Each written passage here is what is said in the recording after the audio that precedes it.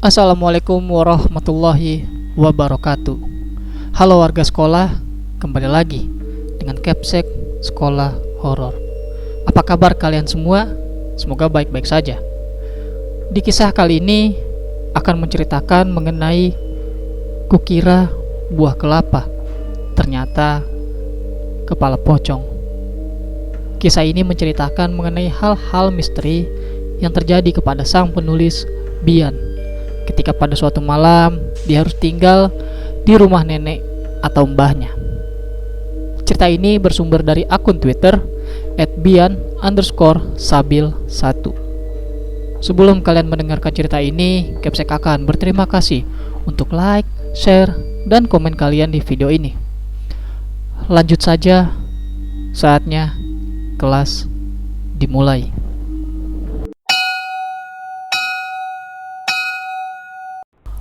Kejadian ini real terjadi ketika saya tinggal di rumah nenek atau mbah saya yang di Jepara.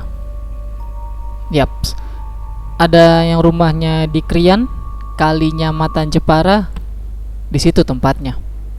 Tetapi bukan rumah yang membuat kejadian ini terlihat angker, melainkan ada sesuatu yang membuat saya tidak ada perasaan takut sama hantu. Ya, karena kejadian ini keluarga saya yang sebelumnya pindah dari Larangan, kota Tangerang ke Jepara.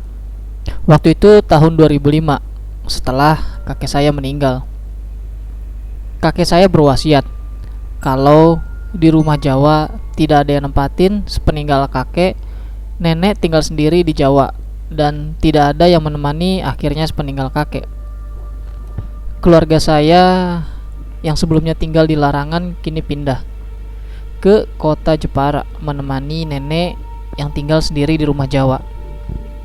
Jadi tuh kakek saya memang punya dua rumah, yang satu di Larangan, satunya lagi di Jepara. Kakek saya kadang pulang pergi bolak-balik Jepara Tangerang karena dua rumah itu. Tetapi semenjak kakek saya sakit tahun 2000, jadi kakek dan nenek saya tinggal di Jepara. Oke, lanjut. Akhirnya sekeluarga saya pindah deh dari Larangan ke Jepara. Kerja di sini, sekolah di sini, dan dididik pun di sini, di Jepara. Akhirnya kita tinggal dong di Jepara. Kita bingung tuh. Kita harus bisa beradaptasi dengan kehidupan sana, bahasa Jepara. Lanjut. Waktu itu sekitar tahun 2013. Saat itu saya sudah SMP kelas 3. Dan waktu itu adik saya masih SD, cuma saya lupa kelas berapa. Sekitar kelas 4 atau 5 gitu. Kita di rumah Jawa tinggal berlima. Ayah, mama, saya, adek, dan nenek. Atau biasa kita sebutnya Mbak Uti. Rumah saya di Jawa Tengah itu bukan rumah yang modelnya modern. Rumah itu bermodel rumah adat Jawa Tengah, yaitu joglo dengan tiang 4 menjulang menompang atap. Dulu rumahnya sangat kuno dan klasik. Masih juga ada jam yang besar, yang kalau setiap jam itu akan mengeluarkan bunyi. Ada juga bel yang kalau dipencet itu akan berbunyi ting tong, assalamualaikum. Kira-kira seperti itu suaranya. Sangat asri, jujur. Nggak ada angker-angkernya. Dan yang menjadi masalah sebenarnya juga bukan rumah itu, melainkan pohon kelapa. Pohon kelapa ini konon katanya seumuran dengan rumah saya yang di Jepara, sekitar 120 tahunan. Sangat tinggi menjulang dan berbuah lebat. Tradisi di rumah saya, kalau buah kelapa itu jatuh entah pagi, siang, atau malam pun, kita akan harus langsung mengambil buah kelapa itu. Bukan karena apa-apa. Jadi memang Mbak Uti itu sangat suka minum buah kelapa dari pohon itu. Saya kecil pun sangat suka sekali dengan buah kelapa itu. Awalnya sih biasa-biasa saja ketika ngambil itu buah kelapa. Karena setiap aku pulang sekolah SMP rata-rata jatuhnya itu memang sore hari. Dan memang karena Mbak Uti suka, jadi langsung kita ambil dong. Pernah suatu hari, karena sukanya Mbak Uti dengan pohon kelapa itu, jam 10 malam pun kita tetap keluar untuk mengambil buah kelapa itu. Soalnya kadang Mbak Uti suka cerewet kalau kita hanya membiarkan buah kelapa itu jatuh. Hingga malam itu tiba. Mbah kita yang di Kudus, yaitu ayah dari mama, sedang sakit dirawat di sebuah rumah sakit di Kudus. Akhirnya ayah dan mama pun berjaga bergantian. Dan otomatis tinggal kita bertiga saja di rumah itu. Aku, Mbah, dan adikku. Sebelum berangkat, ayah berbisik kepadaku, "Mas, kamu kalau disuruh Mbah untuk mengambil kelapa, ambil aja ya meskipun itu nanti malam. Aku tahu Mas Bian bisa kok. Cuma saran ayah, jangan ada pikiran macem-macem atau kosong. Setan suka masuk ke pikiran kita, lalu dia menggoda kita dengan wujud yang beraneka ragam. Kalau kamu takut, jangan ada pikiran kalau setan atau genderuwo, Mbak Kunti atau semacamnya. Pokoknya ambil aja, jangan lupa bangunin adek untuk nemenin kamu." Begitu pesan ayah kepadaku. "Iya ya, tenang aja," jawabku. Hingga akhirnya kejadian yang gak akan aku maupun adikku lupakan terjadi. Adikku ini bernama Faris. Memang orangnya penakut, karena mungkin dari dulu udah didoktrin sama teman-temannya. Misalnya kalau kita sedang bermain akan ada makhluk yang ngikutin kita, atau dari kamar mandi akan ada sesosok yang mengintip dari bawah. Pokoknya hal-hal semacam itu. Dan itu yang membuat dia menjadi penakut. Habis maghrib, seusai sholat di masjid, kita tadarusan bentar di rumah sama Mbak Uti. Ya, kita bertiga aja. Jujur dulu aku sempet takut sama rumah Mbak Uti itu. Saking takutnya, kursi goyang yang biasa dipakai buat ngaji Mbak Uti aku patahin, biar Mbak Uti gak pakai lagi. Jahat? Ya mungkin, karena emang udah ada rayapnya juga sih. Jadi dengan semangat, aku pun hancurin dan patahin tuh kursi goyang. Sebelumnya aku perjelas lagi nih ya kondisi malam itu. Kamu bayangin aja kondisi kampung kayak gimana. Habis maghrib pun sepi banget, gak ada aktivitas. Hanya suara lalu lalang motor yang waktu itu jarang banget yang lewat. Kita skip. Langsung di jam 11-an. Ayah dan mama masih berada di rumah sakit di daerah Kudus, menemani mbah yang ada di rumah sakit. Tapi ayah sempat cerita, waktu dia pulang dari rumah sakit, kalau waktu di RS memang udah ada rasa kalau akan ada yang mengganggu anaknya. Karena menurut ayah saya itu hanya pocong yang sejak kecil suka menemani saya, dan kini ingin bertemu kembali karena tahu kalau saya sudah punya adik. Balik lagi ke rumah, sekitar jam 11-an udah pada tidur. Cuma TV memang masih nyala. Soalnya di saya nggak bisa tidur kalau nggak ada suara yang nemenin dia tidur. Terus anggota badannya setidaknya harus menyentuh badan saya dan tahu kalau saya itu masih nemenin dia. Penakut sih memang. Sedangkan diriku masih bangun, masih menonton salah satu sinetron yang ada di TV. Hingga tiba-tiba adik kebangun. "Mau kemana, Dek?" "Mau pipis, Mas. Jangan dimatiin TV-nya kalau aku udah nonton. Aku takut, Mas. Jangan lupa disiram ya." Begitu jawabku. "Oh ya, Riz, jangan lihat ke atas kalau lagi pipis." Diriku mengingatkan kepada adikku itu.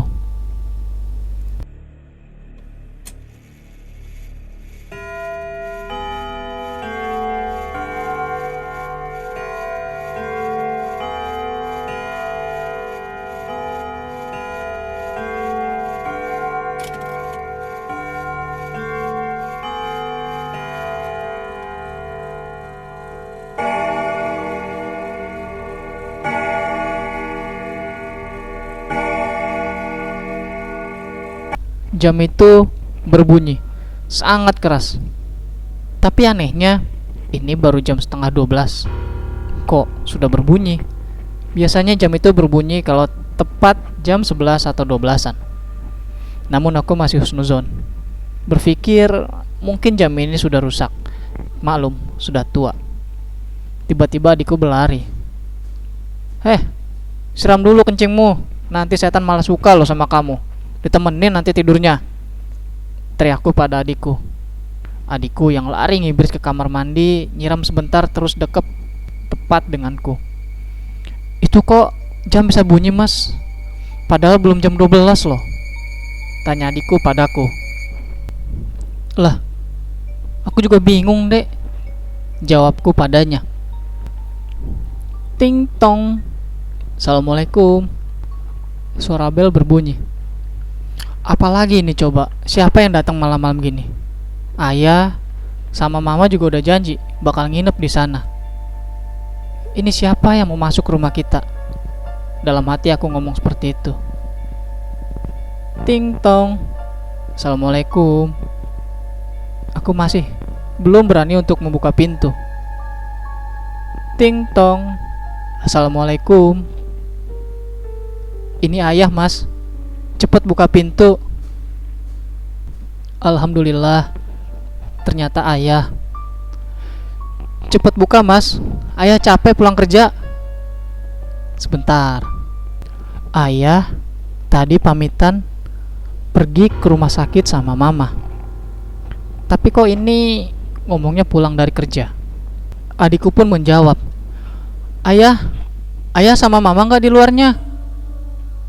Tanya adikku pada suara itu. Suara itu pun menjawab. Ayah kan pulang kerja, mama kan di rumah. Sontak, aku pun kaget. Ku yakin ini bukan ayah. Aku pun bilang ke adekku, Dek, cepet telepon ayah. Pakai HP-nya Mas yang ada di kasur, cepet. Akhirnya ditelepon dong ayah. Tapi nggak diangkat. Hingga suara itu berbicara kembali. Mas, cepet buka, ayah capek nih. Aku pun refleks teriak sambil membaca doa andalanku. A'udzubillah samil alim minasyaitonirrajim. Kamu bukan ayah saya. Pulang sana. Diam sejenak.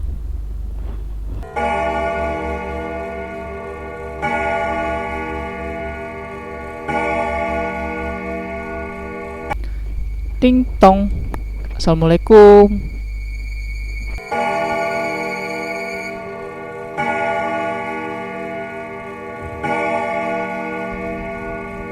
Ting tong. Assalamualaikum. Ting tong. Assalamualaikum. Jujur, saat itu aku takut bener dengan suara-suara itu.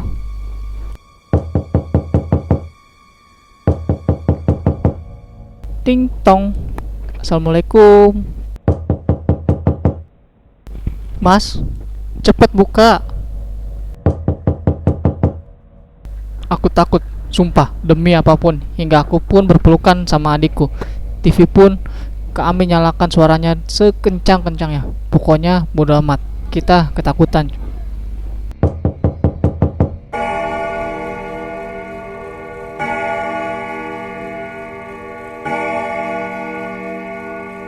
Ting tong. Assalamualaikum. Hingga akhirnya ada yang tiba-tiba menyolek kita dari belakang. Dan pas kita nengok ke belakang, kami pun berteriak kaget. Kami kira itu adalah Poci. Ditampar pun lah kami sama Mbak Uti. Kurang ajar cucuku ngatain mbahnya pocong. Lah, lagian mbah pakai mukena sama semuanya serba putih gitu. Gigi mbah juga merah. Kan kita jadi takut. Jelasku pada Mbak Uti. Mbah habis sholat malam. Kan mbah udah tidur bentar tadi. Terus pakai bedak sama nyiri. Lagian kalian berdua malam-malam gini malah mainin bel sama TV suaranya dikenceng-kencengin. Bahkan jadi bingung. Omel mbahku pada kami. Kita tuh lagi ketakutan, Mbah. Di depan TV dari tadi. Masa ada yang ngaku-ngaku ayah di luar? Udah gitu mainin bel terus. Belum juga ini jam bunyi terus kayak begini, Mbah. Jelas adikku ada Mbak Uti. Ya wis, kita buka pintunya dulu. Siapa tahu Bude pademu dari Jakarta mau main ke sini. Akhirnya dibuka tuh pintunya sama Mbah. By the way, di rumah jogloku dulu punya 3 pintu di depan rumah. Kiri, tengah, dan kanan. Karena kiri kanan dibuka kalau hanya ada lebaran, dan selebihnya hanya pintu tengah aja yang dibuka. Jadinya Mbah pun membuka pintu yang di tengah itu. Mas, Mbak, ada yang di luar, teriak mbahku. Namun gak ada jawaban. Saya dan Ade yang ikut di belakang sambil bawa sapu sama raket nyamuk. Siapa tahu itu hanya maling atau sejenisnya. Walaupun memang gak mungkin. Dan ketika Mbak Uti buka pintu, ternyata nihil. Gak ada siapa-siapa di luar. Akhirnya Mbak Uti baca doa dan mau nutup pintu sambil ngomong, Mas Bian, sini aku bilangin, ada yang mau ketemu sama kamu. Cuma iseng doang. Begitu kata Mbak Uti.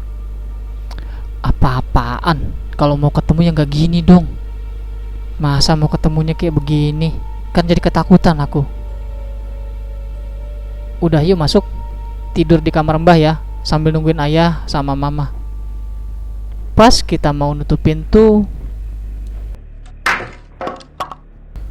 suara kelapa jatuh persis di depan rumah kita. Nah, ambilin kelapa dulu, nanti tidur bareng sama Mbah ya.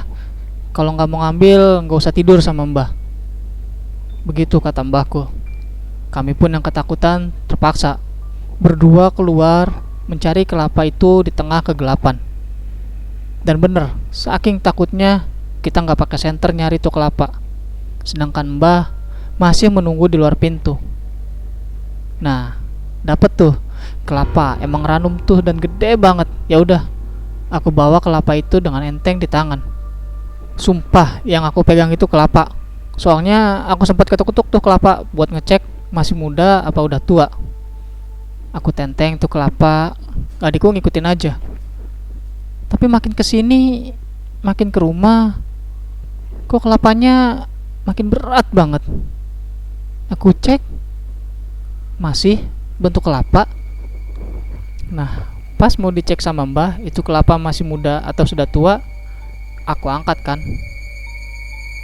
Namun tiba-tiba bau bunga kenanga sama bunga melati tercium di sekitar kita. Kita bertiga merasa bau ini dan mencari penyebab bau ini. Pas semua lihat ke bawah dan melihat ke buah kelapa, astagfirullah, ternyata yang di tanganku itu bukan kelapa, melainkan kepala pocong. Secara refleks aku buang itu kelapa. Tapi anehnya pas dibuang buah itu hilang. Jadi bola api yang terbang entah kemana. Aku gak peduli. Yang penting kita semua masuk ke dalam rumah. Hingga akhirnya kita bertiga selimutan sampai subuh di depan TV. Hingga akhirnya ayah pulang. Pulangnya pun dengan kunci cadangan, karena kita memang tidak berani untuk membukakan pintu. Ayah cerita ke aku kalau dulu memang pernah diikutin sama pocong waktu masih kecil. Dan itu pocong yang sama. Tapi mereka udah gak ganggu lagi. Udah diusir sama ayah. Mama pun kaget dan shock dengan kondisi kita pada hari itu. Kita semua pun sahuan selama seminggu. Badan lemas semua. Mama yang ngerawat. Ayah pun sering mendoakan kita di telinga sambil berkata, udah ya, jangan takut, pertebal imanmu. Dan begitulah cerita saya dan adik saya ketika ketakutan berdua bersama Mbak Uti yang beliau telah meninggal tahun 2016. Sedih banget karena Mbak Uti yang mengajarkan apapun etika dan adab Jawa, seperti ketika pertama kali kita menginjak di tanah Jepara. Sekian dari cerita saya. Semoga ada hikmah yang bisa diambil. Wassalamualaikum warahmatullahi wabarakatuh. Itu dia cerita mengenai Kukira buah kelapa, ternyata kepala pocong. Jujur ya, ketika membacakan cerita ini, Kepsek terbawa suasana. Bayangkan langsung bagaimana kondisi malam itu. Entah bagaimana mencekamnya. Kondisi yang dirasakan oleh penulis pasti menjadi sebuah pengalaman yang tidak akan bisa mereka lupakan. Terima kasih buat kalian warga sekolah yang telah mendengarkan cerita ini. Dan terima kasih juga kepada akun Twitter @bian_sabil1 yang telah memberikan kami izin untuk membacakan cerita ini. Jangan lupa like dan share video ini agar warga sekolah horor semakin bertambah. Dan sampai jumpa di kelas berikutnya.